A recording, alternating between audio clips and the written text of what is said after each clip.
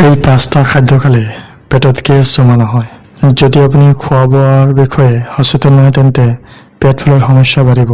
পেট ফুলৰ সমস্যাৰ পৰা হাত সাৰিবলৈ ভজা টেঙা খাদ্য পৰিহাৰ কৰক আৰু এই পাঁচটা খাদ্য দৈনিক খালে অস্বস্তিৰ পৰা মুক্তি পাব। দৈনিক আদাৰ চাহ বা আদাৰ ৰস খাব লাগে। আদাত পাচন গুণ থাকে যাৰ ফলত গেছ আৰু পেট ফুলৰ সমস্যা ৰোধ হয়। পেটৰ অস্বস্তি হ'লে সতেজ পুদিনা পাত চবাই খাব লাগে। এই বনৌষধি উপাদানে পাচনতন্ত্ৰৰ সমস্যা দূৰ কৰে আৰু গেছ নাইকিয়া কৰে। দৈনিক খাদ্যত টেঙা দৈ ৰাখিব লাগিব।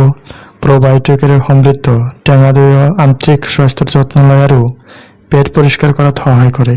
ৰাতিপুৱা ব্ৰেকফাষ্টত কল খাব। ফলত পটাছিয়ামে পানী ধৰি ৰখাৰ ক্ষমতা হ্ৰাস কৰে আৰু শৰীৰত তৰল পদাৰ্থৰ ভাৰসাম্য ৰক্ষা কৰে।